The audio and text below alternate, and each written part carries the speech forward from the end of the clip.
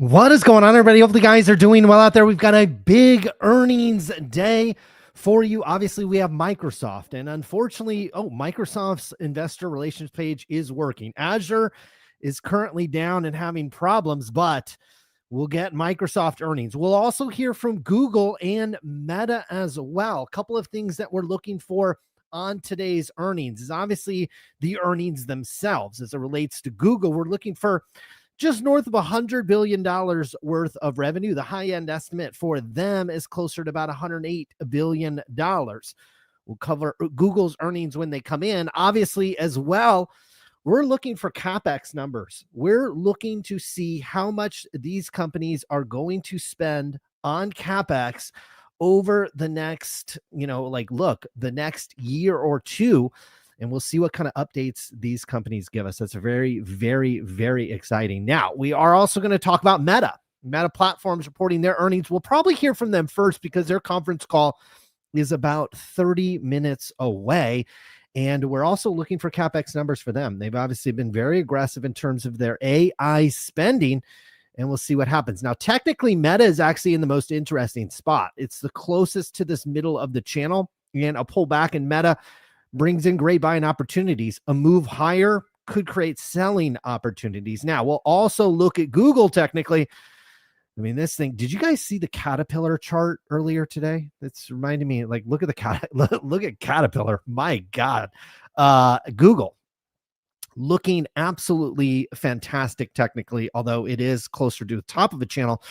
Pullbacks there will be interesting. Now, Microsoft also setting up at, it's setting up essentially at all-time highs and creating a very unique technical formation that you don't see very often here. So very interesting. So we'll see what happens with Microsoft. Here's the thing with Microsoft is when they report earnings, it's only kind of part of the story. They report guidance on the conference call. That usually occurs right around 3 p.m. Pacific time. So sometimes I've seen Microsoft report and the stock blast off or comes down, and then they report earnings or report guidance at that 3 p.m. hour on the conference call, and then you get a little bit of movement. So just keep that in mind with Microsoft. We'll obviously see these stocks bounce around a little bit. Most of them finished flat. Google up a solid 3% heading into earnings. We'll refresh the investor relations page. That's, I guess, how we're going to be alerted when these earnings happen to cross. And again, Meta's earnings call is about 1:30 Pacific time, just about 30 minutes from now. So my presumption is they'll kind of be the first to report. And then Microsoft's kind of a mess. They make you open up like a Microsoft Word version, and it's just, I don't know, it's kind of annoying, but obviously they're pumping their own products. We've got a lot of people in the chat. Hello, how are you guys doing? It is really great to see a lot of you. We're obviously awaiting this massive day when it comes to earnings. And obviously we'll follow this up tomorrow as well. We have Apple and I believe Amazon reports earnings tomorrow among, we're just talking about mega cap technology stocks. And again, to set the scene for you, with Google, we're expecting over $100 billion in revenue, which it's hard to say that with a straight face, but it is true. With Meta, we're expecting about half of that, about $50 billion in revenue. Meta lays it all out for you in the press release. So they will give you the guidance, they'll give you the CapEx number, and we'll also see how the semiconductor stocks react to this as well. That'll be very, very interesting. With guidance for Meta into the Q4, obviously advertising companies like Google and Meta, advertising is big in the fourth quarter, needless to say. They're expecting $57 billion, or at least Wall Street's expecting $57 billion for Meta in the upcoming quarter. Now, we've got Microsoft. Microsoft's expecting revenue about $75 billion. That's very exciting. And we're expecting revenue guidance. Remember, the revenue guidance doesn't come till about 3 p.m. Pacific time, so about 2 hours from now. I'll probably be on here for maybe an hour. We'll get onto the conference calls. If you're new to the channel or new to what we do here, I put out as much free content as I possibly can, but we do have clients over at Equity Empire, and they'll get full recap videos. I will also want to sit on the conference calls as well and read through those. and provide a full report for the subscribers. But we will go over, I mean, look, if you're not paid up and you're not a subscriber, don't worry. We're going to cover a lot of it. Microsoft's expecting the next quarter, Q2, to be about $80 billion, which would really be a nice hold of this kind of mid-teens growth rate out into next year. Same thing with Meta, like high teens for them. And Google, I believe, is kind of like the low double digits in terms of growth rate. Anything higher than that will be very, very exciting. I'm seeing in the after hours, Google is popping, guys. Google is up over 5.5% in the after hours, which means those numbers must be absolutely spectacular. Meta is moving lower, so maybe a little bit of disappointment from them. That is down 3%. And Microsoft, not surprising, Microsoft was setting up at just a weird technical formation. This one's pulling back. But again, remember with Microsoft, they don't report the guidance typically until you get on that conference call. We'll refresh the page here. We do have earnings release from Google, so we might as well jump into them. Now, I tend to focus on, I'll zoom these in so you guys with bad eyesight like me can see them. In the quarter ended, $102.4 billion. The expectations were for $100 billion. The high-end estimate was for 107. So Google coming in closer to the high-end estimate. Now, operating margins roughly flat from a quarterly basis year over year in that 31%. They printed operating income. It's hard to say this with a straight face when you look at all these other companies. $31.2 billion. That's not for a year. That's not for 10 years. That is for a single quarter. This is absolutely fantastic. They have other income here as well at 12.8. Not exactly sure what that is. We'll get to that. The company is saying their full stack approach to AI is delivering strong momentum, and they're shipping at speed, including the global rollout of AI overviews and AI mode in search in record time. This comes as the Gemini app now has 650 million active users, and they continue to grow strong growth across their new businesses. Google Cloud accelerated in the quarter with a $155 billion backlog, and they now have over 300 million paid subscribers to Google One and YouTube Premium. I love how they bunched the both of those in together. What I would like to see, this is just an aside, I would love to see with Google is just have Google One include YouTube Premium and everything else. I'd love to pay Google one fee. That would be absolutely fantastic. Now, come down here to the individual business units. Google, oh my gosh, YouTube. Maybe I need to post more YouTube videos, guys, because I think you topped $10 billion in revenue for, I believe this is for the first time, $9 billion up to $10.3 billion. So search is not dying because you went from $49 billion in a year up to $56 billion. Your network business, 7.4. Again, you know, this is kind of your ad sets business, not surprising. Your subscription business, 10.7 up to 12.9. Here's the thing to understand about Google is YouTube, this is just YouTube ads. So that's $12.3 billion. But again, they bundle some of the subscriptions, like some of you guys that don't want to watch commercials here on YouTube, you pay the $12.99 or whatever it is. That is bundled in here. And so the run rate on YouTube is actually higher than the ad metric. So, I mean, just YouTube, in my opinion, if Netflix is worth $500 billion, I think YouTube is probably in a really hot market, $1 trillion asset on a very, very, very good day. Services, $87 billion. This is basically kind of their ad business. Here's cloud. This is important. $11.4 billion all the way up to $15.2 billion. More importantly, is come down here to Google Cloud. This is the profitability. Just $2 billion last year, all the way up to $3.6 billion. My goodness. Okay, now the ad business is churning out operating profit of $33.6 billion. So it's still just, you know, I wouldn't say a small percentage of the profit, but is one that is continuing to grow. Now, they talk about their fines. This company is constantly being fined. They've got a dividend, a cash dividend of 21 cents. I think that's in line. And they've got some forward statements. And, you know, you come down here to the balance sheet. This is the best balance sheet in big tech, because Apple has levered it up. Microsoft, which we'll see here in a second, is levered up. And Meta's is good, but it's not this good. This company has $98 billion in cash, another $57 in receivables. Total current assets over at Google grew $10 billion over the past, or really since December, to $173 billion, folks. That is a lot of money. Long-term debt, though, did tick up. So some of that cash, or a good portion of that cash, going to long-term debt from $11 billion up to $21 billion. Now, here's where it gets interesting is this is the operating statement. We more or less went through that. You see the net income at $26 billion. Now it is, that's last year, $35 billion compared to $26 billion a year ago. Total costs and expenses accelerated, relatively nicely, 60 billion up to $71 billion. And so your income from operations, 28.5 up to 32 or 31.2. It's not too bad. Now, cash flows. How much did they spend on CapEx in the quarter? $24 billion. So they're on essentially, so here's your 3-month ended or your quarterly ended cash flow statement here. You come down here to purchase property, plant, and equipment. This is your CapEx. This is basically data centers for Google. With Amazon, it's a little bit different. Some of these other companies, it's a little bit different.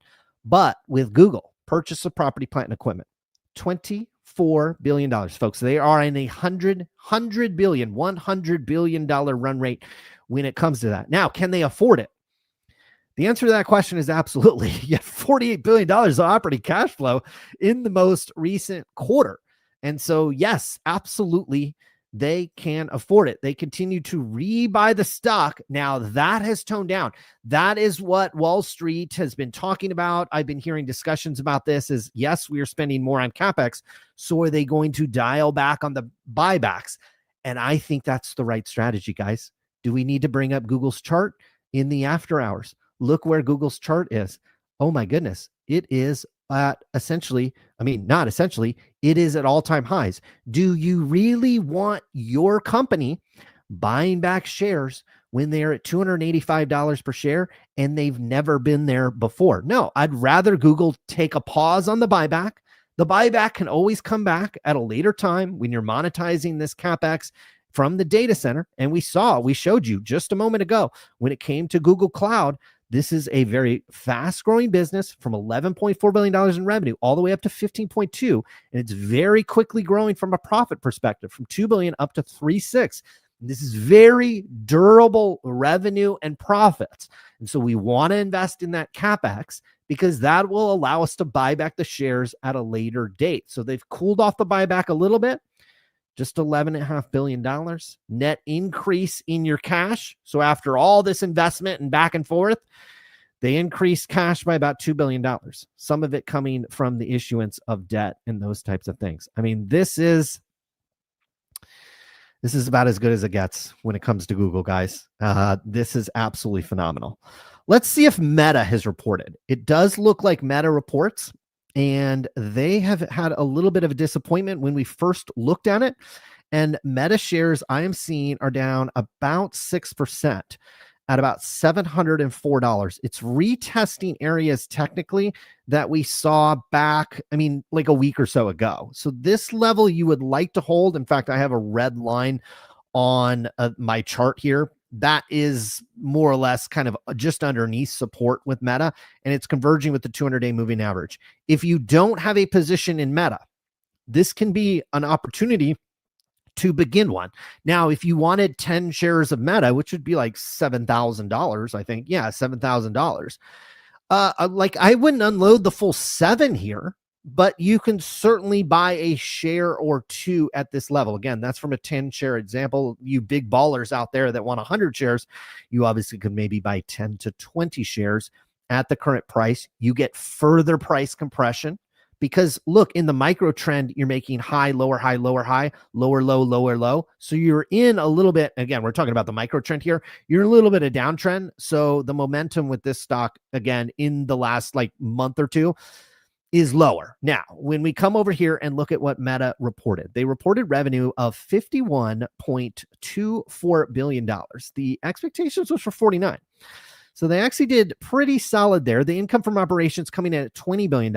Operating margin slip, though. That could be something that some people are concerned about. 43% down to 40%. Your net income Well, what happened? Oh, we had income taxes. Oh my gosh, $19 billion. So the government is celebrating today because they have a provision for income taxes over at Meta at $19 billion. Last year it was just $2 billion. I'm not a tax expert, but something happened there, and they're only printing net income of $2.8 billion. Last year was 15.7. You could strip out some of this provisions, give a little bit of addition over here, and you can equalize that. Now, we expect a significant reduction in our U.S. federal tax payments for the remainder of 2025 due to the implementation of the Big Beautiful Bill Act. Okay, effective tax rate. They're talking about taxes here, whatever. They give you daily active users and ad impressions. I don't think Meta trades on this anymore. It used to, but I don't think it trades on it. Here's the most important part. We expect our fourth quarter total revenues to be in the range of $56 to $59 billion. Okay, so the expectations for Meta in the upcoming quarter was for 57. The high end was 59. The low end was, we'll call that 54. So the 56 to 59 is a little bit of a disappointment. Now, again, everybody watching this understands that these companies put these numbers out here as kind of a low measuring stick, and they want to come over them. So the 56 to $59 billion that they give you, I mean, Meta internally is probably has a 60 number on the board in terms of ad sales and those types of things. So that's what they're looking for. It's still 18% growth. Meta's trading at 26 times forward. It's probably a little less than that. I mean, depending on this tax situation and how that's accounted for when it comes to EPS. There you go. Good enough guidance, but the street was probably looking for more. We expect full year total expenses to range 116 to 118. The previous outlook was for 114 to 118. So they're telling you that the full year expenses are going to be more or less in line. In fact, they raise kind of the low end. We currently expect 2025 capital expenditures to be in the range, oh my gosh, they bumped this up, 70 to $72 billion. The prior outlook was for 66 to 72. And when they gave you the 66 to 72, this was last quarter, they bumped it up. And so every single quarter, Meta is bumping up their CapEx spend. And so that's going to make some investors a little uneasy, right? So you have somewhat softer guidance, maybe a little bit. Expenses are creeping up to the high end range, and obviously CapEx as well. They're going to tell you they're excited about investing and all this type of stuff. Mark Zuckerberg will get on the conference call and talk more about things. Now, here's how I would analyze this. When you have a company announce this like big provision for income taxes, okay, and it just screws up the EPS, it screws up the net income. What I always tell people is just value your companies on income from operations. Just stop there. Don't go any lower than income from operations, because that gives you a very nice comparison, and it is exactly what Meta did running the business. From $17.4 billion, we're talking about income from operations, up to 20.5. Now, again, massive tax hit, but in quarters after this, it won't reoccur and all this other stuff. That's what the CFOs get paid for. What I'm seeing is a massive increase in research and development. Last year, they spent $11.2 billion on R&D. Boom, up to $15 billion.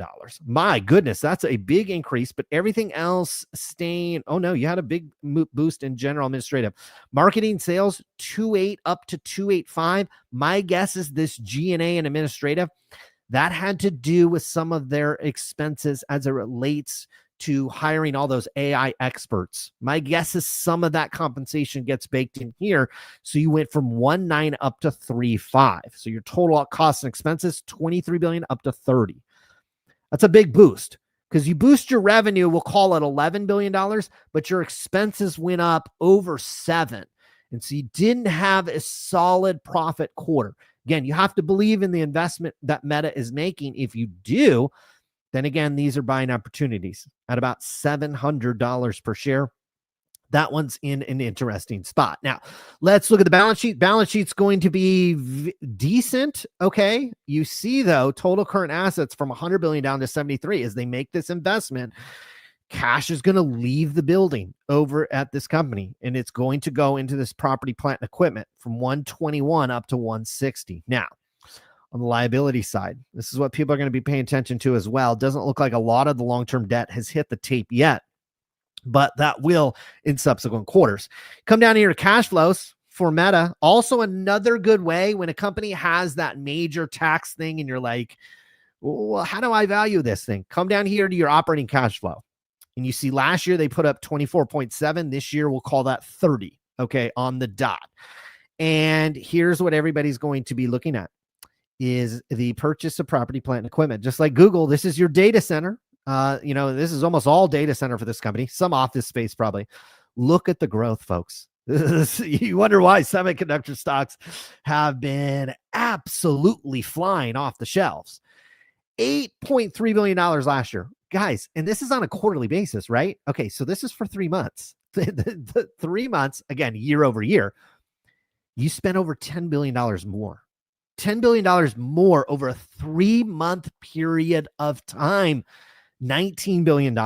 I've got a video coming on, and I don't know if it's this channel or the other channel, but the hook or like the lead in of the video is combined. These companies are spending almost $2 billion a day. And next year, it'll be $3 billion a day among all the hyperscalers and everybody in AI. They're spending $3 billion a day on CapEx and AI. So it just shows you the massive growth. Year over year, you see it as well. $22 billion last year, and then this is on a 9-month basis. Up to $48 billion. My goodness.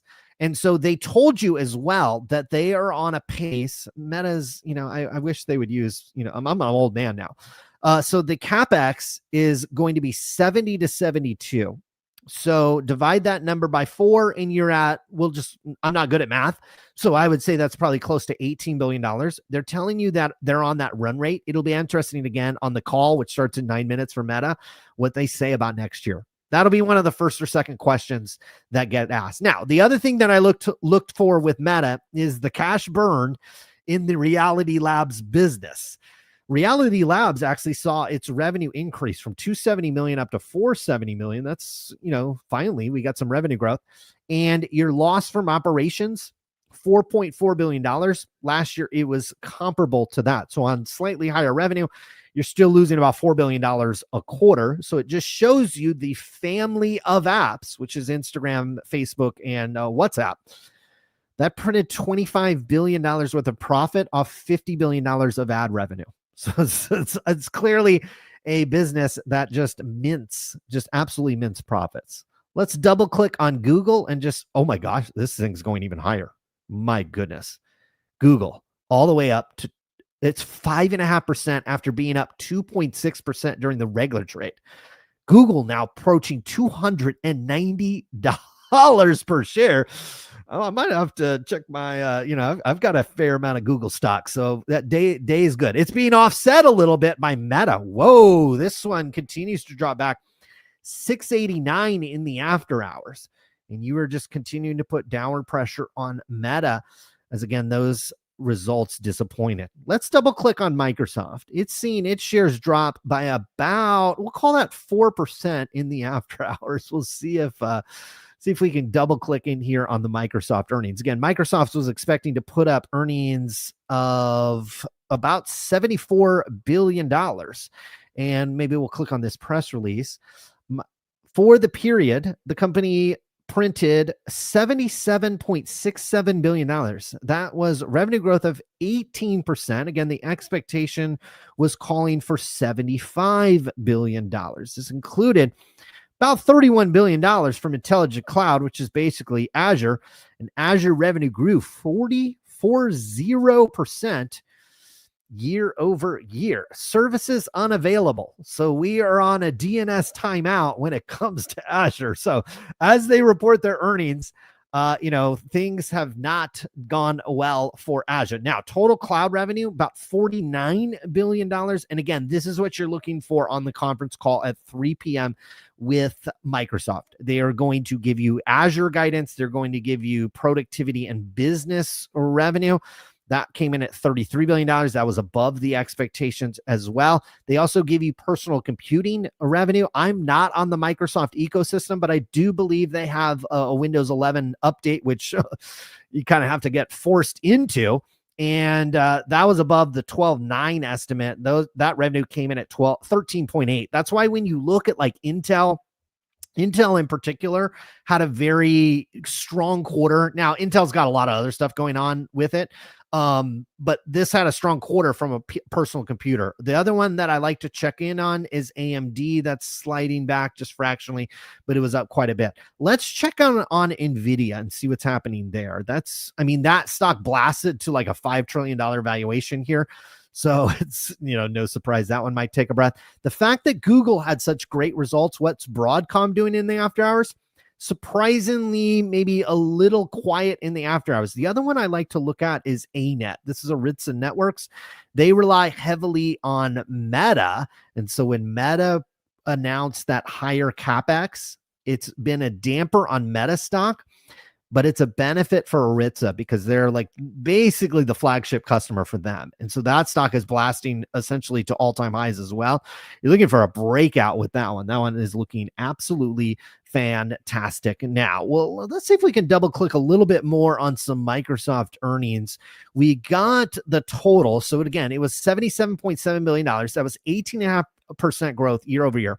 $2.3 billion on the beat. We're looking for an $80 billion guide. That's going to be tough. But in the quarter where you have Xbox probably outperforming, when you have the personal computer sales as well, obviously Azure firing on all cylinders so much though that Azure is not even working from kind of a service perspective. We've seen numerous outages yet. Meta is going to test that 200-day moving average. That is absolutely correct. In fact, we are probably there in the after hours. So Mark Zuckerberg is going to have to get on that conference call and start singing music to the executives and the analysts. Google's bouncing around between 287 and 289.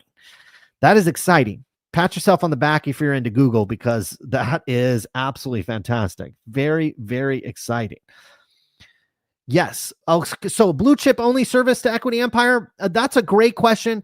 I don't think so. It's not something that we anticipated. When we first launched Equity Empire, we thought we might break it up, but what I don't want to get into is having to upsell people. I just want to sell the businesses that I admire is like In-N-Out Burger. You go to In-N-Out Burger and the menu is very small and what they do on the menu is good. And I want Equity Empire to be very similar to that. I also don't want to be forced or, be tempted for you to buy into a service that's maybe $100 a month or something like that, and then try to upsell you to a higher end service. It's simpler all the way around. There's a long way for me to say it's just simpler to sell one thing at one price. And that's more or less what we're doing there. I don't know if that's a good decision, but that's the one I've made. I appreciate you asking. Everything Outdoors. John, good to see you, man. Hopefully you're doing well. It's always great to see John in the chat. And John over at Equity Empire. Love to eat Amazon or GOOG. Which do you perform more at this price? Amazon. At this price, I mean, I'm surprised Amazon is down 1% in the after hours based on the Azure numbers, based on the cloud numbers. Seems to me Amazon is set to have a very, very good 2026. They are bringing automation into the white collar jobs. They're going to bring it into the blue collar jobs. They're going to be able to reduce cost internally. They have a document where they say they're going to reduce 30 cents a package. I mean, the e-commerce business is already profitable. Okay, we're not talking about like a software type profitable, but it's profitable. You shave 30 cents off of every package, and that is like legitimate billions and billions of dollars of tangible like EPS that comes into Amazon. So that's one thing. Number two is the company, you might have saw the press release today with Amazon, is they opened up one of their like a gigantic data center. And maybe it wasn't today. I mean, everything just blurs with me, but somebody opened up. Yeah, it was this one. Amazon opened up an $11 billion Rainier data center project as it looks to deepen those Anthropic ties. So they have Anthropic as a lead client. Obviously, they have an investment there, but this is a large data center in Indiana, and Amazon has more capacity coming online than any of the hyperscalers next year. So anybody that needs capacity is going to be running to AWS. If you haven't signed up for the paid service, I don't know why not. Nathan, thank you very much. Cost is about 800. That's about right. And I'm up over 8K on the picks in less than a year. Thank you. Thank you, Nathan. I appreciate that. We appreciate you being a subscriber. And obviously, our goal is to make people money. And our goal is for people to look back and say, this was cheap, that what they paid for the service was cheap. That's the goal. In fact, I've had people tell me that. That makes me feel very, very good. But it also means that I have even more work to do, because I don't want people to never feel that. 50% of my portfolio is in Google. Michael, tell you what, buddy, oh my gosh, you are going out tonight. Pick the club, pick the steakhouse. Might even stop by the Rolex dealer, because you are having a great day. 50% of your portfolio is in Google. Maybe not Rolex. You might go right to Patek Philippe on this one, because you were up 7% in the after hours. This is after being up 2.6% during the regular trade. Google is up almost 9%, 90% in the past 24 hours. I mean, if 50% of your portfolio is in Google, you are loving life. Google position for Pennywise is 167. I mean, you are deep in the money. For anybody that is not in Google, you're looking for the back test of the top of the trend. That is your first area of go. And then obviously anything lower than that is your thing to go. Thank you, John. And for me, I guess too, for your recommendations. Learned a lot, and spot on entry and exit stop losses. Thank you, Kunal. Appreciate it. Yeah, we do provide entry, exit, stops, all that stuff for everybody at Over at Equity Empire. I don't want this to turn into a commercial for that, but we do appreciate everybody. Colin is the best financial YouTuber. I appreciate that. I've got more content coming. I'm about to hire a video editor, and I'm likely to do at least 1 to 2 extra videos per week soon. Do you consider Visa as the Michael Jordan among Visa, MasterCard, and American Express? That's a really good question. I don't know if the payment processing business has a Michael Jordan, is how I would answer that question. That it's not as clear cut. Now, obviously Visa, if I were to rank the 3, I think you have it in the correct order. Not that I have any problem with American Express. The stock chart is amazing. Look at American Express stock chart right now. It's looking like Google. I mean, this is looking absolutely fantastic. All the stock charts look great of these companies. Honestly, this is MasterCard. When do they report? Tomorrow. Ooh, this is actually right on the 200-day. So if I were to buy one right this second, it would be MasterCard, sitting right on the 200-day. And yeah, we'll watch that one really closely tomorrow, because you have upside with this one back into the 600s. Downsides probably this low down here at 528. So you have 30 to the downside. I mean, we're talking micro trend, 30 to the downside, 50 to 60 to the upside. That one actually looks pretty good. I would own equal pieces of them all, honestly. I think you want to be exposed to all of them. I don't think there's any benefit necessarily to owning one or the other, unless you time it really well, technically. I just hate that I missed one of your notifications for the small cap that has already jumped by the time. I still made some good money. Yes. So yeah, I tell you what, Jacob, what we're working on is more notification systems. Right now, we're only doing it via email because it is the most foolproof way to do it. But hopefully by next year, we will have like an application, like an Equity Empire app that's just like super lightweight. Nothing it's not going to be like fancy or anything. But what it will allow you is for a secondary notification to go to your phone. So as an alert is pushed to the site, it would get pushed to your phone as an alert. Since most people are probably, getting alerted on their phone more than they're getting alerted on like an email. And so we'll work on those things. There's probably some other stuff we can do with social media where we can get people into a group and push out a DM or something. And so, so I'm sorry you missed one of the notifications, but, I mean, it's one that worked out. You won't feel so bad when the stock tanks after the notification. You'll be glad you missed it. Thoughts on T-Mobile? I think they reported earnings today. Whoops, T-Mud. That's not it. T-Mus. I think they reported today. Yeah. Ooh. Oh, wow. Yeah.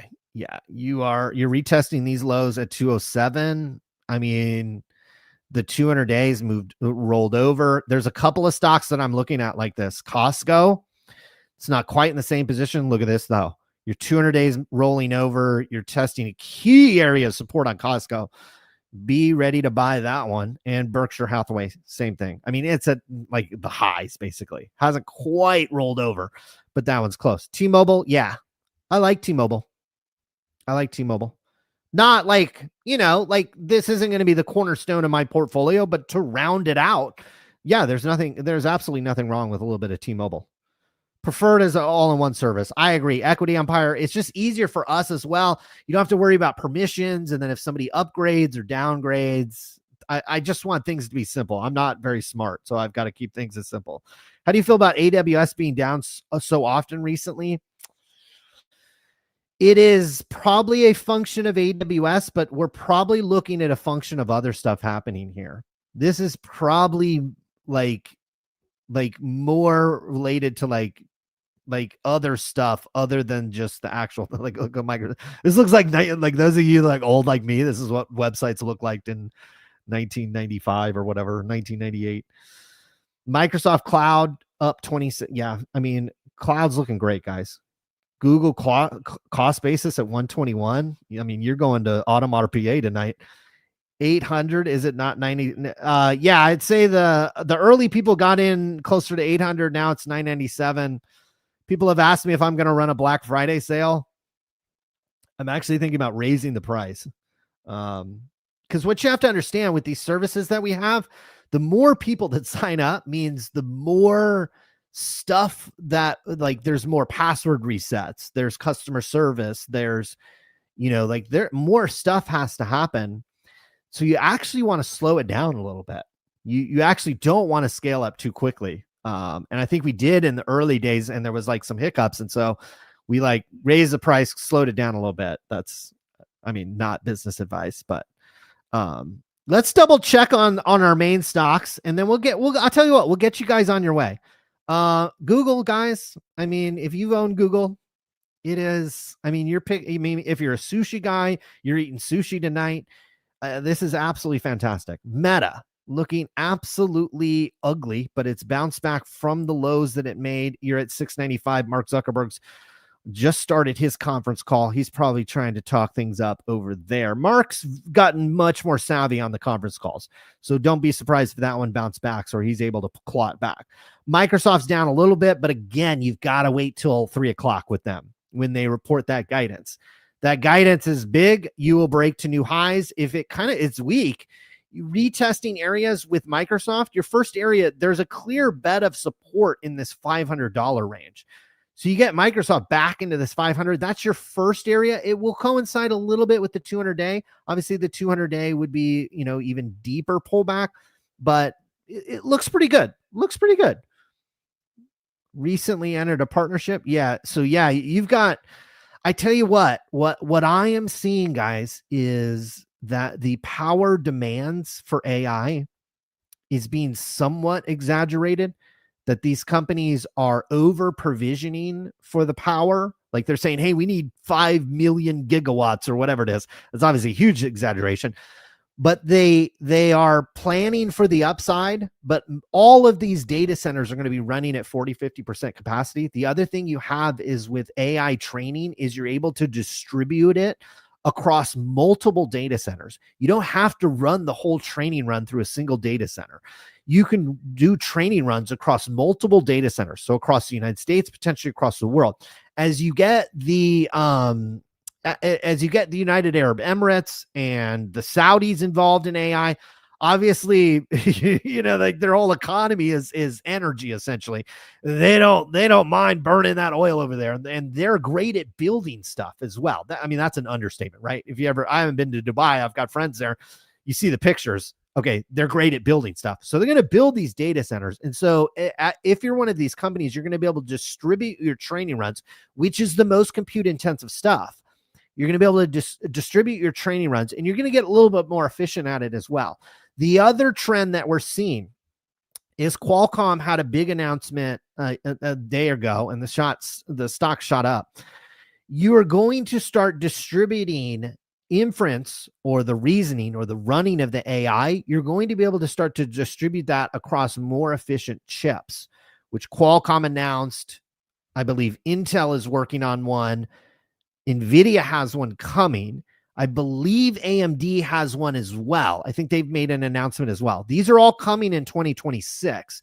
So in 2026, a lot of the inference and running of the AI is going to be able to shift off of these very, very high performance Blackwell and MI300 chips. It's going to shift off that into lower, we'll put this in air quotes, lower power chips. Also on device as well. So you're going to be able to compress the AI models into your phone, into a smaller device like a laptop or something like that. So I would say the power demands and the nuclear power and all this kind of froth around that, I'm not saying that it is unwarranted. What I would caution people is there's been a lot of there's intentional overcommitment there. And don't be surprised when these companies don't need as much power as they say they need. 48% of your portfolio is in Google. I tell Mia Smith is going to order off the top shelf tonight because Google shares are up almost 5% in the after hours. Up 340K. You might be shopping at the Zillow later today. It is party time. There's no doubt about that. Top 10 position. That's great. Can Google break through 300? Absolutely. When you break to these highs, there is a lack of seller when you get to this yellow line. This is what this yellow line kind of represented. This yellow line that I have technically here. This has been on this chart for a while. It's when you break through the highs, you can do this. Now, who also broke through the highs today? NVIDIA. It wasn't today, but you kind of back tested through the highs. And then look at that. This is a daily chart, guys. So we were basing out with NVIDIA since July, August. We were basing, and we'll call it 185 to 190. You peaked up through, this was like a week or two ago, came back down, consolidated right at 185. You were 185 to 190 for like 4 months on this. And then what happens when you break through? I mean, it just skips like a rock across the water. And you've broken through with NVIDIA, and like, look, 240, 250 by mid-November when they report in 3 weeks. Yeah, that's what you're also looking for with Amazon. Here's Amazon. Let me reset my chart so you guys can see this. That's what you're looking for with Amazon. I'll change the Amazon line to orange. That's what you're waiting for with Amazon. You need to break through the 237 area. Break through 237 with Amazon, and then, I mean, who knows where you go. But when you break to these highs, remember, not you guys watching this, okay? The guy, like everybody watching this, bought Google at like 180 or lower. Retail piles in, okay? The guy's getting all their information off of Twitter, the casual person that's not, watching a live stream of this stuff as it happens. I mean, affectionately, we're all the turbo geeks of the stock market. We bought this stuff a long time ago. Just understand that we are in a rare minority of people. People will see that Google is soaring to all-time highs, and that's why you can often get this push. And the best example, guys, let's look at Caterpillar. Like, I can't believe I'm bringing up the Caterpillar chart. Look at the Caterpillar chart. Oh my God. That's unbelievable. So yeah, the Google chart it looks exactly like Caterpillar. I can't believe I'm saying that. It's unbelievable. Might also will look at midstream companies and data center plays. Yeah, I mean, there's all kinds of these little, these midstream guys that have so much demand. Nebulous. I really like CoreWeave too. God, what's the CoreWeave ticker symbol? CoreWeave, sorry, CRWV. This one hasn't been public for a while, but I think we're trying to do that right there with CoreWeave. CoreWeave has some technical advantages. Like a data center is a data center, but CoreWeave has some like actual competitive advantages. Looking for CoreWeave to push above the 170 range. If you bought it here, you wouldn't want to get it below 113. So you'd be risking 20 to the downside with upside into the 180s probably to retest those highs. I like CoreWeave quite a bit. Amex, yes. I mean, Amex has got a great business, obviously. I like ARM Holdings. Never been able to get into it. It hasn't been public for that long. ARM is going to play a large role in those chips that I was talking about with Qualcomm, where you're going to push the inferencing or the reasoning or the running of the AI models. You're going to push it to chips that are more efficient, that are ARM based. And ARM looks like it wants to break out as well. You've got all-time highs with ARM, call it 175. You break above that, you are off to the races. They report earnings in 7 days. My guess, they'll be pretty good. You get a pullback to this 200-day moving average, could be a good spot. Hyperscalers, yeah, I mean, everybody's benefiting right now. PayPal. I mean, PayPal, I mean, I don't know. I don't know. I mean, it's okay. It looks like it started a new uptrend. Because obviously in this mega downtrend, you had the breakout, you had a perfect back test. This is perfect technicals. I'm going to change this red line to an orange line. Look at this. This is what you want to look for when your stock is in the crapper. We'll pull up Adobe here in a second. I'll show you this, what it could potentially look like on Adobe. So PayPal obviously fell off a cliff. It was in this downtrend. How do you know when the bottom is in? Okay. It's not perfect, but this is a very, very good way to tell. You have a break above the previous, essentially the top of the channel, and then you come back and you did a back test. This did it to the dollar. I mean, this is as crispy as it gets. So you can buy PayPal in two areas in that case. You can buy it on the initial breakout. That's fine. Or you can buy it on the back test. The back test is also a great place to buy it. This is what you're looking for in these stocks that have completely fallen apart. Now, to answer your question, PayPal technically looks fine. Fundamentally, it's fine as well. It's not like, like if you pull up PayPal's like growth going forward, it's not, like it's 6-7%. Like it's not crazy growth, but it's trading at 14 times. Like it's okay. You're not getting a dividend, so I mean, it's okay. Like PayPal's good. Would it be in the top 10 holdings that I have in a growth portfolio? No, it wouldn't be. But, it'd be there. Like it'd be a fine long-term hold. Now, so to tell you, like, here's Adobe's chart. Everybody I see on Twitter, oh, I'm buying Adobe. You guys are insane. What the hell are you doing? Like, it's terrible advice. What you're waiting for Adobe is a break above trend, which would take you well into the 380s, 390s on that one. That could be your first signal to buy.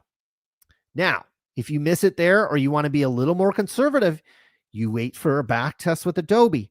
That's when you get it, because that is often the start of the new uptrend. That is how stocks reverse. Now, occasionally, right? Stocks, boom, they reverse. Okay. But it is so rare when we're talking about companies of this size. Adobe's not going to V-shape recovery. Okay. Unless they go and buy Google or something like that, which they're not going to be able to do. But you're looking for that type of a reversal. Okay. So you're looking for that in these stocks that have been completely obliterated. Enphase Energy is another one. Enphase Energy has the exact same stock chart as PayPal did, like 3 years ago, and the same chart as Adobe right now. And so what are you waiting for with Enphase? It's not as clear technically as Adobe, but you're looking for a sizable move back into the 60s. And you'll say, well, Colin, I'll have missed the move from 30 to 60. No, you probably won't. You probably will have a back test back to maybe the 30s or 40s. That's your time. That's when you buy the dip. Okay. Buying the dip of these stocks that are falling knives, you are in absolute pain. You are buying a falling knife. When you buy the dip after a break above the highs, that is buying the dip. And I don't see anybody talking about this on social media. None of these guys on YouTube. And to be frank, a lot of these guys on YouTube, and look, they're better at YouTube than I am, but they're learning. A lot of the guys that get a lot of views and a lot of airtime, they're learning, and I can tell that they're learning. Okay, and that's nothing wrong with that. Do I trade options? Not usually. Sometimes I sell covered calls. It's the only options that I do. Not and look, if you figured out options and it's your thing, please, almighty, keep doing it. I wish I did more of them. But it's not a strategy that I use.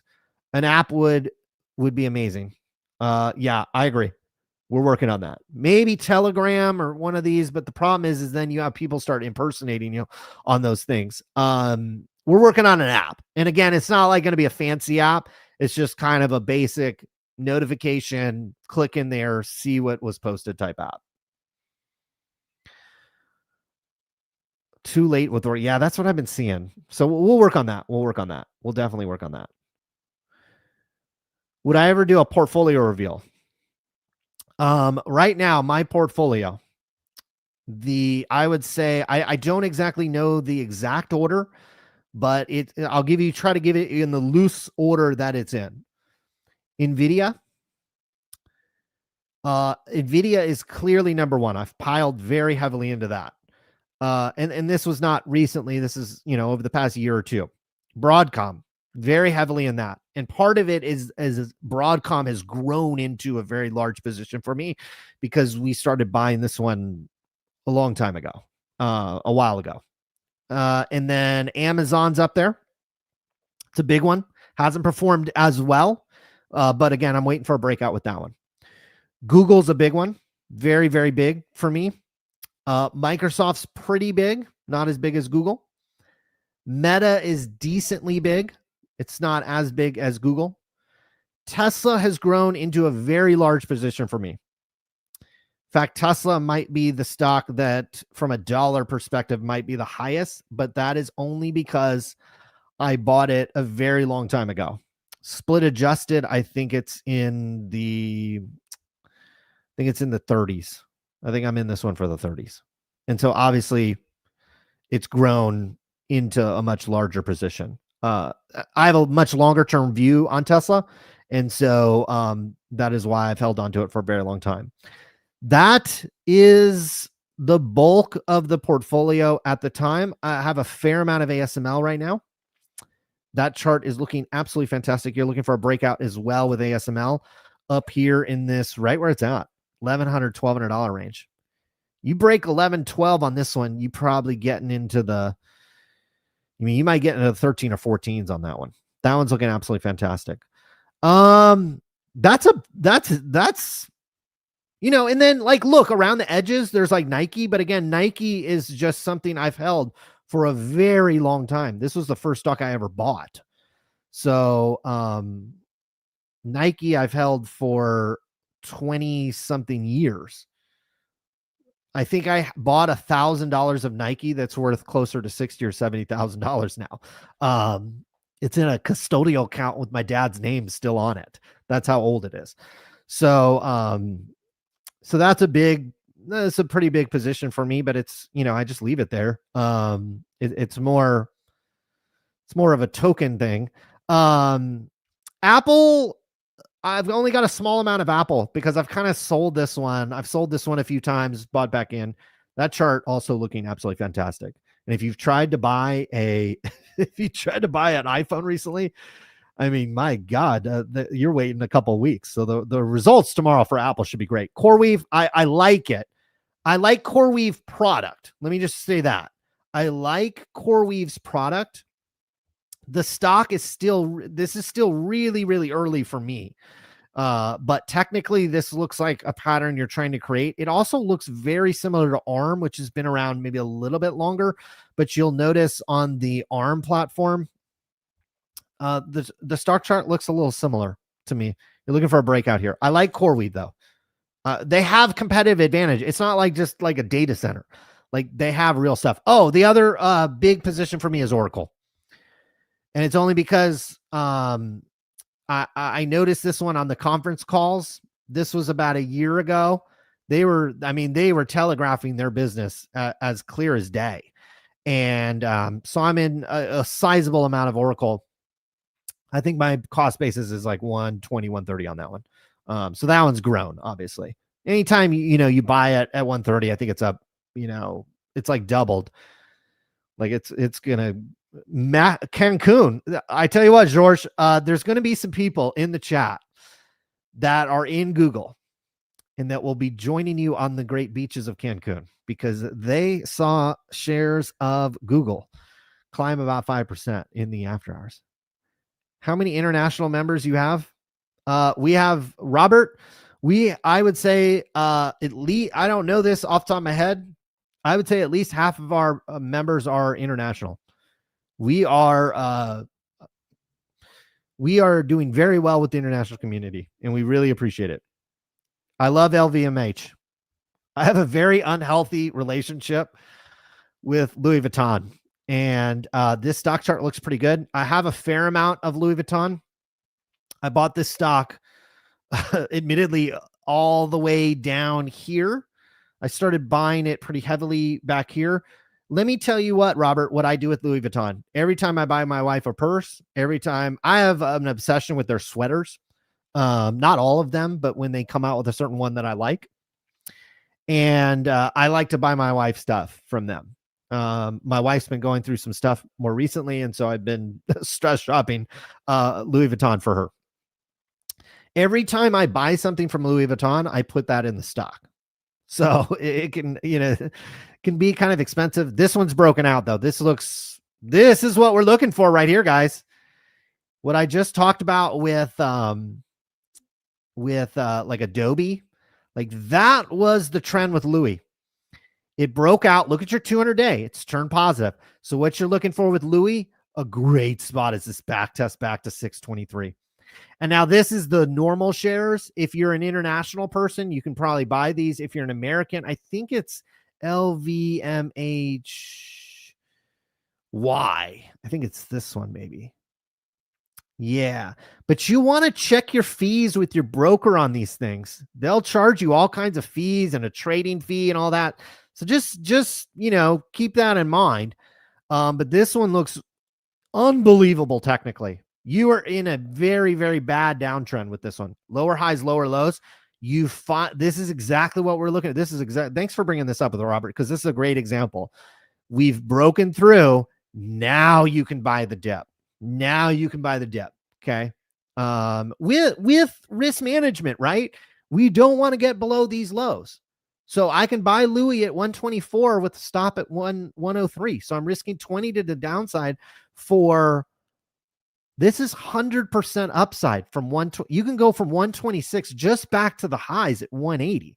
That's not quite 100%, but this is what you want. This is what you want. When you're hunting for stocks that have been beaten down, you're looking for this downtrend breakthrough. 200-day turns positive. This is textbook. What the F happened to Meta? Well, they missed expectations, I think, from a revenue perspective. They had a massive tax hit. They are spending let's go to the cash flow statement. They are spending a good chunk of this operating cash flow. In fact, we didn't talk about dividends and buybacks here in a second. So they churned out $30 billion, but they're spending 19 of that. So that leaves them, we'll call it $10 billion. They are going to pay dividends. Where are that? I don't see the dividends. $1.3 billion, minor over this company. But here's your buyback. It shriveled up. Last year, you bought back $8.8 billion. This year, just $3 billion, $3.3 billion. So the buybacks are going to shrink. over at these big tech companies, and I'm comfortable with that. I was sick of covering big tech, and the only thing they did with their cash was buy back the shares. Now, like, look, from a stockholder perspective, it's been fine. Okay. But I'd rather them reinvest in their business because they're being rewarded for that. And I do believe AI has long-term payoffs that will then allow in a couple of years when the CapEx kind of flattens out and the revenue from AI starts to accelerate, then you come back and rebuy your stock. You can always come back and rebuy your stock. Can you catch the AI wave at the right time? You only have a short period of time to do that. For Europe, I love Europe. I'd have to look. I got to look more into these international stocks. I have a limit order set for 500 on Microsoft. Let's check that level. Yeah, you want that level. Now, if it break, I'll tell you, if you break 500, it's okay. It's perfectly fine technically. Okay. So you could think about your sizing at 500, because if you test 500, obviously, not breaking any news here, you have a higher probability of breaking through it and going down to like 480. So just think about that. But 500 with Microsoft, I'm loving it. I love Google. Picked up some Meta at 685. Yeah, I think Meta is going to be fine. I think Meta is going to be fine. Meta is going to, Mark Zuckerberg's going to get on the conference call. Doesn't look like it's going well, but it's down to 687. And, he's going to have some explaining to do. That's for sure. Come a long ways. Yeah, I wanted Sundar. How many people that I've called to be fired? I've called for 2 Intel CEOs to be fired. Both of them had been fired. I called for the Nike CEO to get fired. He got fired. Called for the Boeing CEO to get fired. He got fired. I called for Mark Zuckerberg to get fired, but maybe reinvest in the Reality Labs business with his own money. And I think if you look at this, at least at the current time, we probably wish he would have done that, or pulled an Elon Musk, where it's like Elon Musk has Tesla and then he takes his money and he goes somewhere else. Meta is all rolled up into whatever Mark Zuckerberg wants to do. So you ride or die. Now, what I would say with Google, Sundar Pichai's done a nice job, but I think they've really, really benefited with Sergey Brin, who's one of the founders. He's come back. He's in the office every day in Mountain View. He's pushing these guys to push out all this stuff that they announced on their press release, where they were like, hey, we ship this, we ship that. Like, that is Sergey. That is Sergey. Now, is Sundar Pichai a very solid operator? Absolutely. And is Google's business super durable? Clearly. And, look, Sundar's done a great job. He deserves it. He should also go out and have some fun. ARM chips. I love it. Nike's still a buy. Hell yeah, considering how much I've spent on the damn shoes lately. I mean, like a cheap pair of shoes is like $250 with them now. Nike's chart looks absolutely ugly. Nike's chart is a disaster. But you did find footing here at 51. You wouldn't want to break through 51. Needless to say, this is still ugly though. You haven't had your breakout. So you're still in that downtrend. So I wouldn't buy this one. The buy was here at 65 with a stop at like 60 or something. You were risking 5 to the downside. The problem is nobody follows the advice, and they're going to ride this one down. You wouldn't want to break through 51. Now, if you don't have a stop on this one, you don't want to break through meaningfully through. I mean, you could set your stop at like 48, 49. Wouldn't want to get below that. You're close to a breakout though on this one. If you can peak up into, really for this one, back into the mid 80s, you get back into the mid 80s. That's your go time. That's your go time on the pullback, because you could be starting that uptrend there. So, but fundamentally, I think it's actually okay. But I mean, all of retail got hammered basically. I mean, Lulu, that's ugly. TGT, ugh. I mean, that's ugly.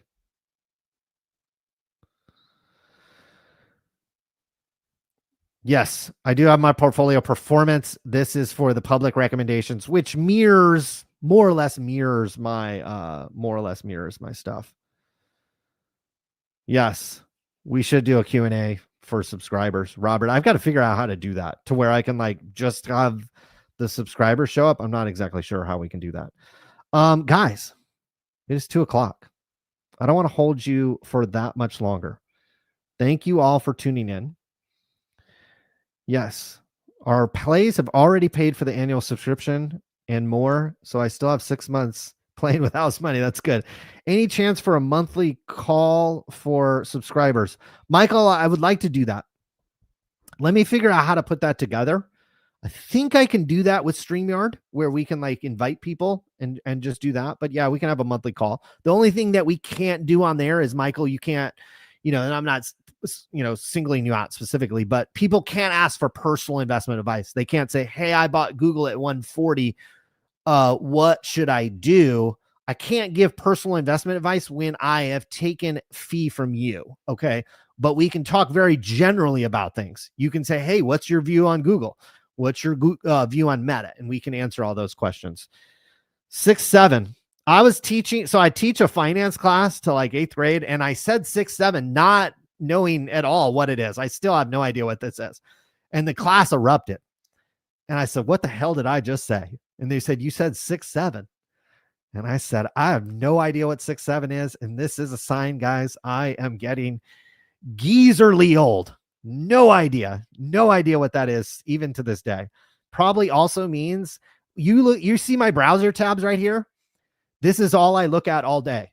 And then at night, to finally turn off the brain, I turn on people playing chess and it puts me to sleep instantly. So, do you sell Tesla? Heck no. That's a heck no. Tesla has, I love that Tesla has gotten super political and it's like people love it or hate it. People also don't understand the technology. People like chime in on full self-driving. They don't even have a Tesla or they've never tried it. People chime in on Tesla. They don't own one. You know what I mean? Like, and look, I'm not a car guy. I've been blessed. I've owned very, very, very nice cars, nicer than Teslas. I still go back and buy Teslas because there's just something about them. You're also about to break out on this one. You break out on Tesla. I mean, my God. A Discord chat? Maybe a Discord chat, maybe like a Telegram. I'm not exactly sure, but maybe. Would you buy Oracle if you didn't own any of it today? Yeah, there would be spots I would buy Oracle. Wouldn't snap buy it right now. But you're getting close. There's spots where yeah, I would buy Oracle. I'm biased because I bought it at like 130. So it's like, but they have competitive advantages. Okay, very similar to Core, actually more than CoreWeave. Okay, if I were to rank competitive advantages, Oracle is like way in another league. Okay, Oracle has huge competitive advantages in database, in customer, in software, and in terms of build out when it comes to these data centers. They also have neutrality. Okay, if you're competing with Microsoft, do you want to go set up on Azure? If you're competing with Google, do you want to go set up on Google Cloud? Okay. If you're competing with Amazon, do you want to go set on AWS? Not necessarily. Okay. So they have some neutrality. Oracle is big. Yeah. Again, with Oracle, I wouldn't do it right this second. You have time. They don't report earnings for 47 days. I am very patient with this type of stuff too. I will wait a year for a stock to pull back into range. NVIDIA was one of those. We waited, boom, hit it. Okay. And this was more recently, actually. This was so like, just be patient, but just understand with Oracle, there's a lot of like chatter about it. I don't think it's coming from a very educated place. Like if you don't know what like a MySQL database is compared to what Snowflake does, like if you don't know the difference between Oracle database, a Datadog database, and a Snowflake database, and which ones do certain things, then I don't think you should be chiming in on Oracle. If you do understand those, and look, I'm not a computer engineer, but I've spent 20 years on websites and databases. I have a let's call it a third grade or fourth grade understanding of Oracle. And I listen to a lot of opinions about Oracle that come from like a kindergarten or a preschool level, where they are just kind of regurgitating stuff that they, hear. Oracle has real competitive advantages. Did somebody ask about Duolingo? This chart is going to look, we'll pull up the Google chart after this to cleanse ourselves. It doesn't look too bad. Duolingo, you would not want it to go any lower than where it's at right now. This is not good. You do not want to break this level right here. Duolingo is at 272. Do not go underneath that.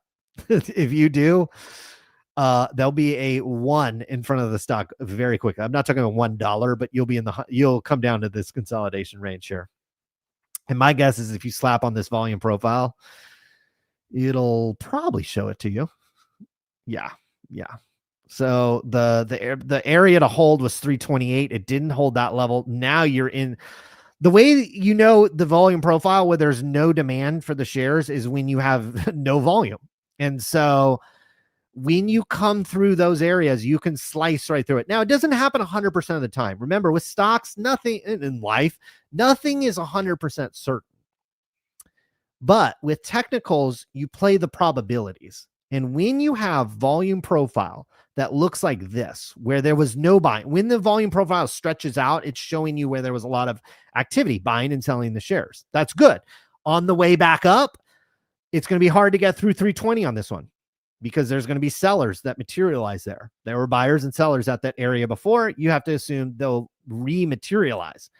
When nobody bought the stock between 260 all the way down to about 270, yeah, that's a problem. It's a problem. So you do not want to get below where the shares are right now. I did call for Tim Cook to be fired as well. And look, I don't know if that's that bad of a call. Like, I understand the stock price is fine.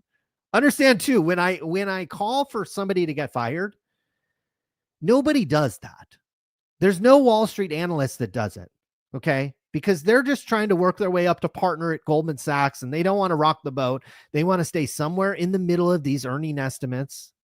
Okay. And I'm not criticizing anybody at an investment bank. I'm just telling you their job. Their job is to be somewhere in between the high and low estimate, do a good enough job for their clients and their firm to work there for their entire life, work up to partner, retire with a decent sum of money, maybe go start another firm. That's the path. They're never going to call for a CEO to get fired. A lot of these other guys on YouTube and Twitter, they're like enamored with these CEOs. They look, some of these guys deserve it. Jensen Huang, would I ever call for Jensen Huang to get fired? Absolutely fucking not. I mean, the guy's it's unbelievable what this guy has done. Okay. But these guys work for you. That's what people need to understand. These guys work for you. They're the CEO of the company. They are the CEO of your shares, your company. And there's nobody on Wall Street, nobody that calls for any of these guys to get fired. And so, yeah, when they do a bad job, I am going to say, well, maybe we need a move at the top. And Tim Cook, Mark Zuckerberg, Sundar Pichai, they've kept their jobs. But I will point out that my hit rate is pretty high because not many of these guys actually get fired. Think about that. Not many of these CEOs actually get fired. The Intel CEO got fired twice. The Boeing CEO these are hard jobs to lose. And so when I take a little sniper rifle and I ask for somebody to get fired, my hit rate has to be, and in fact, I had an investment guy. I was at a conference and a guy came up to me and he was like, oh, I like your channel. I watch it. And he was like, the funniest ones are when you call for a CEO to get fired. Cause he told me what I just told you. He's like, nobody in the business does that. And he's like, the crazy thing is that you are as accurate as anyone that he's ever seen calling for people to be fired. Because like I said, none of these guys actually ever get fired. It's very hard to get fired if you're a CEO. In fact, it's like baked into your contract that like they'll ride you out. the Nike CEO, the Boeing CEO, both Intel CEOs. And Intel's a great example. Like, my God, they fired the guy and look what's happened to the stock. They fired the guy and it went from 20 to 40. These guys work for you. The Lulu CEO, I don't know who it is, but damn, he should probably get fired. Enphase Energy guy. Who's the hell running this company? If he hasn't got fired, he probably should have gotten fired. I know the Novo Nordisk guy got fired. Why do you think he got fired? Look at that. That's ugly. Okay, hold on. Let's look at Novo. Has it broken out? No, look at that. Look at Novo. So this is Novo Nordisk. They make like Ozempic, I think. So here you are in your downtrend. You're waiting for the breakout. You tried to do it and you didn't, and it failed. That's why you want to be patient on these like falling knife type stocks. Duolingo, which we just looked at, same thing. You are in that's more or less the trend you're in. You're waiting for a breakout. And you're waiting for that support to hold. My God, please don't break below 268 Duo. You're screwed. QXO subscribers got an exclusive video on QXO. It's the smallest company I'll look at. $12 billion. The charts, the chart. Oh, we're on a weekly chart. Let's change this to daily so you can see it a little better. That's the price action since splitting into QXO. It looks okay. How do I not? I can't move it. The chart looks okay. You clearly have support at 12. You have very hard over resistance at 21. The point I made to paid subscribers is Home Depot made an acquisition in the most recent quarter, and the stock got punished. Lowe's made an acquisition, and this is in the building material space. Those of you who don't know, QXO is trying to roll up companies in the building material space. Very thrilling industry, but one that is likely to be a $50 billion business for this company from a revenue perspective. They're already running at like a $10 or $12 billion, not quite, maybe $10 billion run rate on the revenue, $12.5 billion valuation. So it's not big from a sales perspective. But Home Depot and Lowe's made acquisitions and the stocks got slammed. So that was the shareholder saying, don't buy companies, buy back the stock and pay the dividend. So I don't expect and Home Depot outbid QXO on one of the companies it was trying to buy. I don't think that's going to happen again. I'd be surprised if it happens again, honestly. So I think QXO in a lower interest rate environment is going to be smooth sailing to roll up the industry. Cybersecurity. The only one I've looked at significantly is this one, Palo Alto. We recommended it to subscribers when it was in this bottom of the channel, not at the bottom, but in this bottom. And I acquired it heavily in this 170 range. And that chart looks absolutely fantastic. Here's another example of a breakout, guys. So you're looking at these charts. When you're at all-time high, this is a really good lesson. We'll close on this lesson. When the markets are at all-time highs, what are you looking for technically? You're looking for a break above the highs. And that's what you did. And often what happens, we saw this with NVIDIA, you have an initial break to the high. Okay, that's that move. Then you often come back and back test. Not all the time, but often you come back and do the back test. The back test is the quintessential place to buy from a technical perspective, because here's how you set up your trade. You're like, okay, we've already proven Palo Alto can go to 205 to 218 and then come back and hit 205 again. You put your stop loss just underneath that, okay? Because it could be a false breakout. You do see that. So you risk 206 back down to 203. So you risk $3 to the downside to do exactly what the stock did. Go from 206 and now, you peaked out at 223. Now you're back at 216. So you risked very little to the downside for a good upside trade in this one. And where you set this stop can all be how aggressive you want to be. If you don't like seeing your account portfolio go down, then my gosh, your stop loss is like 10 cents underneath your buy price.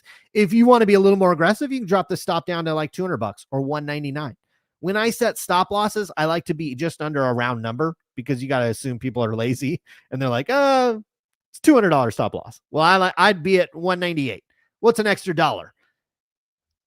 And then you play the upside. This chart looks absolutely fantastic. Palo Alto, I've done a fair amount of research into their product fundamentally. It's a great company. Now Fortinet might be great too, but Palo Alto's some elite stuff. I don't think I'm going to be streaming tomorrow. I've got so many videos I've got to catch up on. I probably shouldn't stream because I could stay on here for an hour. CMG. Oh, did they report? Let's look. This CMG Chipotle. Oh my God, it's 34. Oh my goodness. Oh God. Here's a falling knife for you. Oh my God. Wow. I just had Chipotle the other day. It's banging food for fast food. Oh wow. This is looking like Adobe and Enphase and Duolingo, guys. Wow. Wow. This is unbelievable. So yeah, you ain't touching this. Yeah, you do have some support for the shares, but oh my God. Like I just got sick looking at this chart. You should have support down here at like 31. But I don't like buying on that indicator. I'd wait for a breakout on this one, just like we talked about. You're waiting for a break higher and then you buy the back test. PayPal is a great example of that. PayPal was in this very extended downtrend. And if my Starlink would work, there we go. Massive downtrend, breakout, back test. That's the buy. You can also buy it on the breakout as well. It's slightly more risky, in my opinion. This buy down here is, I wouldn't say safe, but safer from a technical perspective. Discord would be amazing. Okay, I'll see what I can do about that. Netflix. Netflix is looking good, guys. Got to hold that level. Got to hold the 200-day. Need to hold this level. Netflix. If you buy Netflix here, you would not want to get it below maybe about $1,000. Below 1,000, not good. If it can hold that level, you probably retest much, much higher. Tim Cook might be let go. I think Tim Cook's going to gracefully exit the building. I've seen enough rumors that I think they'll exit the building gracefully. PayPal and their new relationship. I mean, I love what OpenAI is doing with the integration, and I actually like what PayPal's doing with the integrations. I like their ads, as weird as that sounds. I like the ads they're running on TV. I like the product. I use PayPal like a fair amount. But like, look, it's growing. You know, the valuation's fine. It's growing a little faster than it has in the past. It's a little hypey for me. People are hyping this up like it's in this mega trend. And it's like when Stripe goes public, like this, like everybody's going to be funneling into that. I mean, it's a good company. It's a good company. Would I have, again, is it in my top 10? Absolutely not. Amazon. I mean, all of the MAG7. Okay. So there's 7 stocks. Then you have Broadcom and Oracle. There's 9. I even like Qualcomm, oddly enough. I love Intel. I think what the stories, that's the thing is like, what's PayPal's upside? Get back to 20 times forward. So yeah, you get up into $100. Cool. What's Intel's upside? Intel's upside is they nail the foundry, which like that's a very hard thing to do. And you go from $193 billion valuation to what's TSM? I mean, not that they're going to nail it to the degree TSM. TSM's a $1.2 trillion company, guys. That's what you're looking for. Number 2, what could be a viable number 2 foundry be worth? Way more than $190 billion. And so that's like, if you want to play, to me, it's like PayPal's playing it safe. Like if you're buying PayPal, I just think it's a little safe. Like technically it looks great. Technically it looks great. But where did everybody buy this one? Let's see. This is the thing to see. Is like, where did everybody buy this one? They bought it at the right price. They bought it here. I mean, this looks great technically, but I would sell it. You're not getting a dividend. Broadcom is still cheap. Not as cheap, but look at the trend with Broadcom. There you are. There's your trend. It's retesting the top of the channel, but more recently it was at the middle of the channel. We may or may not have sent out an alert to subscribers to buy it at the middle of the channel, because when they give you visibility out that deep, sweet green. I've never been to a sweet green. Maybe I should. Oh my God. Look at that chart. Oh, Lordy. Oh man. $6 is the line in the sand with sweet green. That's ugly. That is ugly.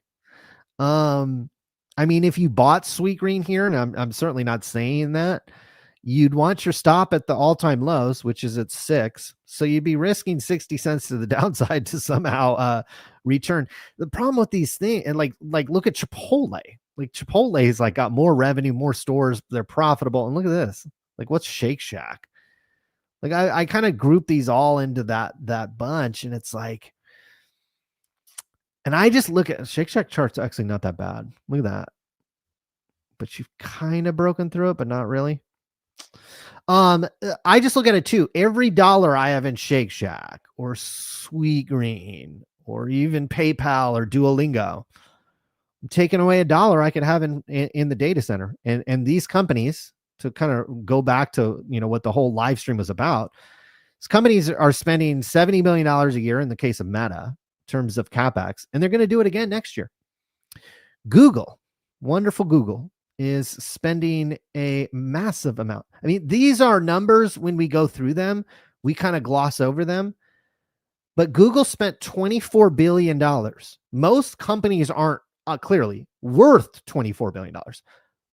Almost no companies have $24 billion in revenue ever. Almost every company in the S&P 500 doesn't even achieve $24 billion of revenue, let alone profit. Google spends that just on CapEx, not for the full year, in a quarter. So over 3 months, they are spending $24 billion. This is a number too that is going to repeat into next year. I want to fund, and the challenge with Sweet Green is, like, is the consumer going to be healthy next year? And I'm not talking about eating perspective, but can they afford Sweet Green? What about labor cost and food cost and rent and inflation? How is that going to impact Sweet Green? I'm going to tell you, none of that impacts what Google is going to spend, because they're generating $48 billion operating cash flow, and they're going to be able to comfortably pull out $23 billion and spend that. You see, for the full year, or year to date, this is 9 months, $112 billion of cash generated by their search engine in YouTube and subscriptions. They're going to spend half it. They can comfortably spend half of that. And when we're talking about these big of a numbers, this is where you want to center. You want to go where the money is. Just think about Wall Street. This money is just changing hands. Forget what the ticker symbols are. Forget what the business models are. Forget what the company does. Forget all of that. Just think about the dollars going back and forth and just visualize that. Over at Sweet Green, clearly those dollars aren't moving very quickly. Over at Chipotle, more dollars are going out because of inflation, food costs, labor cost. I mean, California did a law where they got to pay the workers out here $20-something an hour. And newsflash, there's going to be other states that are going to be doing the same if they haven't already. That's a problem. But if I visualize dollars flying back and forth, they're flying into Google, and they immediately fly out over to hardware data center companies. That's where you want the bulk of your investment until this cracks. Okay. I've actually got a video that I'm working on. I was working on it last night. I was looking into like Cisco. Where were the cracks in Cisco? Those of you that have been investing for a little while, remember the cracks in NVIDIA. So NVIDIA had a massive drop. In fact, I have it here on the chart. NVIDIA peaked in 2021, November 2021. And with the broader markets, basically crashed all the way into October of 2022. A lot of this crash was due to overbuilding, oversupply. oversupply over at Taiwan Semiconductor. They were prepaying Taiwan Semiconductor. This is because crypto miners were buying stuff hand over fist. People were locked up at home, so they were building gaming PCs and all this type of stuff. And so the combination of that had NVIDIA sales skyrocketing, so they really had to scale things up. Now, it reminds me very much of Cisco. You go back to Cisco in 1997, 8, and 99. Same type of thing. People were scaling up their internet capabilities, and so they needed a lot of equipment. They were pre-buying capacity. They were doing everything that they could to remain in stock on these things, and then the cracks started to appear. With NVIDIA, there were some cracks, and in fact, it didn't necessarily show up at NVIDIA first, but you saw it over at Intel, you saw it over at AMD.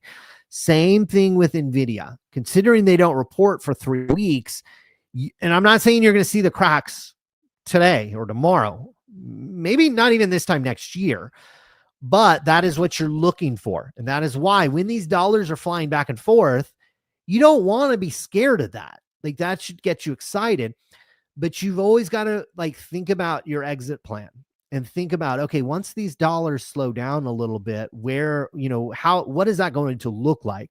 What it's going to look like is a compression in margin. And so as you have Qualcomm and Intel enter the space on the reasoning inference sides, that could create some pressure on not necessarily NVIDIA's margins, but certainly AMD's margins. And so, I mean, the AMD chart looks absolutely fantastic. We actually sent out this was a free newsletter. We sent out a newsletter saying it also was in this like down. I mean, this is just a perfect textbook thing that if you didn't already know that, I mean, a lot of you probably already know this, but the AMD to, like a couple of months ago, that was the chart right there.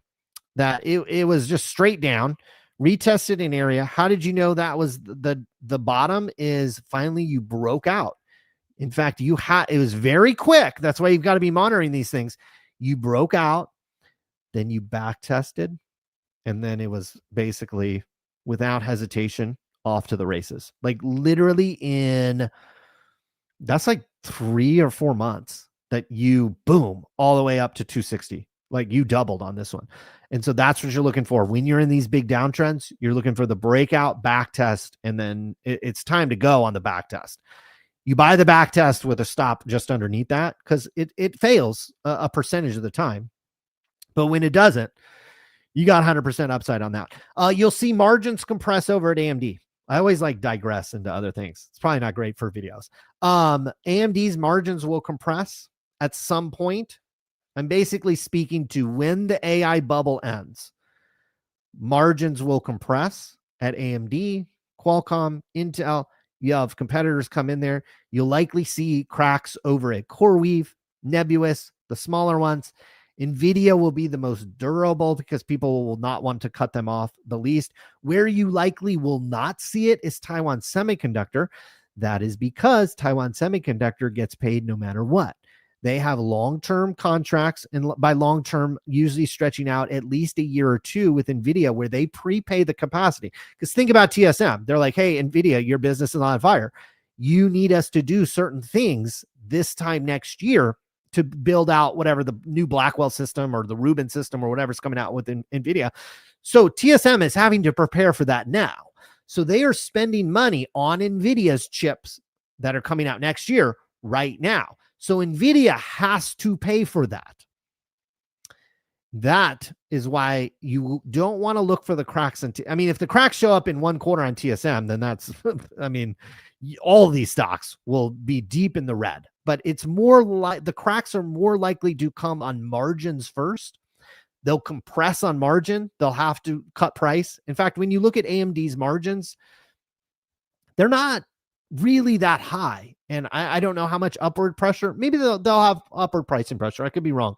But you'll see compression in margin first, and then the orders will not come through, and then you'll have kind of an air let out of the balloon. But for right now, it's looking absolutely fantastic. These companies have absolute huge amounts of money. Any other channels that you watch for stocks? Eric, I would say I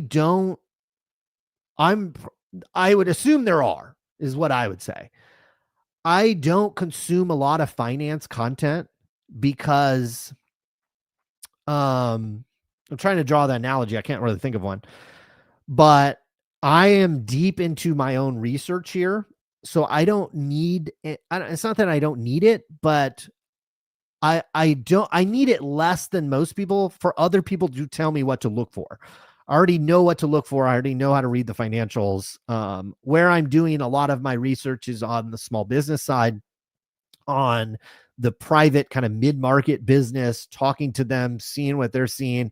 On the consumer side as well, you read through the conference calls. My advice is spend less time watching YouTube videos and more time reading conference calls.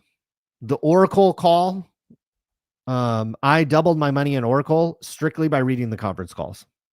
The call for Oracle was only because I read the conference calls. Every good insight I have comes from reading conference calls. And you can listen to them as well. You can also do AI and summary if you want. I think Seeking Alpha has something. I don't know how great it is.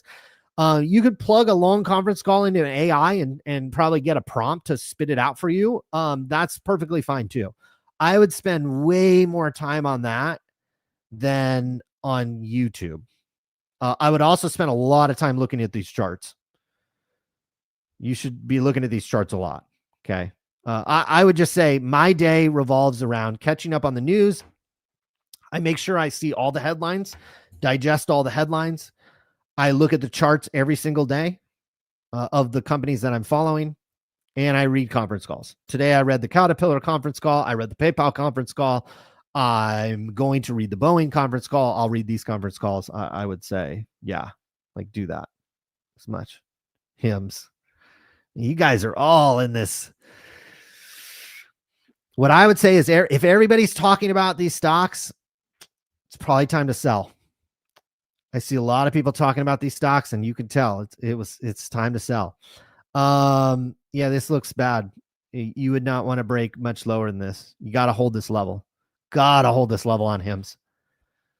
Little concerning too. You just confirmed that. That's lower highs. It's not confirmed with the lower lows yet. So that's the critical level with HIMS. Very similar to Duolingo. You do not want to break that level if you're on HIMS. But here's the deal with HIMS that probably nobody is telling you guys. This is not a healthcare company. This is a marketing company. HIMS is a marketing company. They're not a healthcare company. This is a marketing company. And their business is as good as their marketing. And if their marketing is good, and look, who else is a marketing company? Nike is a good marketing company. Why is their stock in the shit? Their marketing fucking sucks. Lululemon. It's not a clothing company. It's a marketing company. They're trying to market to affluent women. They've been doing a terrible job at that. Okay. They just happen to sell leggings. Okay. Same thing with HIMS. It's a marketing company. That's all it is. The product's not impressive. I haven't really understood this one other than a lot of people have hyped it up. It's just not a great company, in my opinion. Oh my God. Donovan, thank you. Proud Equity Empire subscriber. Donovan, thank you very much. Send me an email at, maybe I'll type it in here. Send me an email and I will extend your subscription for 30 days for the super chat. I appreciate it. Send me an email. I will get you there. CRM also got a hold, guys. CRM's got a hold. Oh my God. Oh, 200 day. Almost broke through it. CRM reports in 41 days, but you'll get ServiceNow before them. ServiceNow reported today. It's probably after hours today. So ServiceNow looks like they did well. This is good. ServiceNow, look at this chart. Okay, this is good. This is good. This is good. You can probably tell we got ServiceNow. We were wedging out, and we're trying to break above the wedge, trying to break above the 200-day. That's looking good. ServiceNow reported. I'm going to read that conference call here in a minute too. That CEO is great. He's a winner. Also, Mark Benioff. A little more difficult situation with CRM. You don't want to get below this level right here. Don't want to get below 228. So there's not much to the downside with the upside that they figured out. My view is that we're way overblown on software getting vibe coded out because of AI. I mean, that's just ridiculous. But this is looking good. Yeah, it's got to be .com, but there's the email if anybody wants to hit us up, folks. Yeah, that wraps it up. InnoData. We looked at this one. I must have put it in INOD. Yeah, we've looked at InnoData. This was a while ago, actually. At MarketWise, we looked at this one. We came close on this one. Obviously, in hindsight, would have been a good one. That chart looks absolutely fantastic. You are trying to buy stocks that look like that chart right there.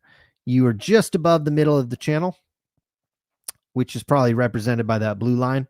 A little pullback on this one, you're buying it for sure. That's just technically, but fundamentally, I know enough about InnoData. I think they've got some interesting stuff. It's only a $2.5 billion company, but they clearly haven't diluted the shareholders very much, considering shares are at 78. Folks, let's get to the conference calls. I got a lot of videos. I better not lose my voice. Thanks for tuning into the stream. Really appreciate it. I'm seeing 950 people. I don't know if that's right. But we're across X. We're across multiple YouTube channels, I think, as well. Appreciate everybody tuning in. We will be back on Friday over on the main channel for the Fang Stock Recap Show. We'll go through all these earnings. We'll also talk about Amazon and Apple, which report their earnings tomorrow. Paid subscribers will be able to access all the videos tonight. It'll be a very late night. I will just say that. It will be a late night. So don't expect the videos before 7, 8 o'clock. Yeah, we talked about Oracle. I wouldn't buy it right this second. What I would do is just have a plan with Oracle. You got a gap in the chart and it's trying to fill. That gap fills. That's a moment. Look at that 200-day. Oracle's got real competitive advantages that actually misunderstood in the market, largely because people don't know the difference between a database. They just think database and they think they're all the same. That's not the case. That there's actual tangible differences, and Oracle has real technologies. Thank you, guys. Thank you to the chat. Thank you from Germany. Thank you from beautiful Northern California. The weather was fantastic today. I got 20 minutes out on the golf course. I like tore a ligament in my wrist. I haven't been able to play golf for like 2 months. And I still can't hit full shots, but I was able to finally go out today for the first time, and I can hit little chip shots. So working my way back to the full swing. Thanks for tuning in. Thanks for all the subscribers that chimed in. You'll see me over on the main site. Again, it'll be a little bit later today. I got to go through all these conference calls and kind of see. We might even be a little late with like ServiceNow. Some of this stuff might have to get pushed into the weekend, but we'll get it all up. And this is a big week, so there's a lot of companies. We'll get Boeing. There's a lot of companies that we got to cover. We'll get to all that. Thanks for tuning in, guys.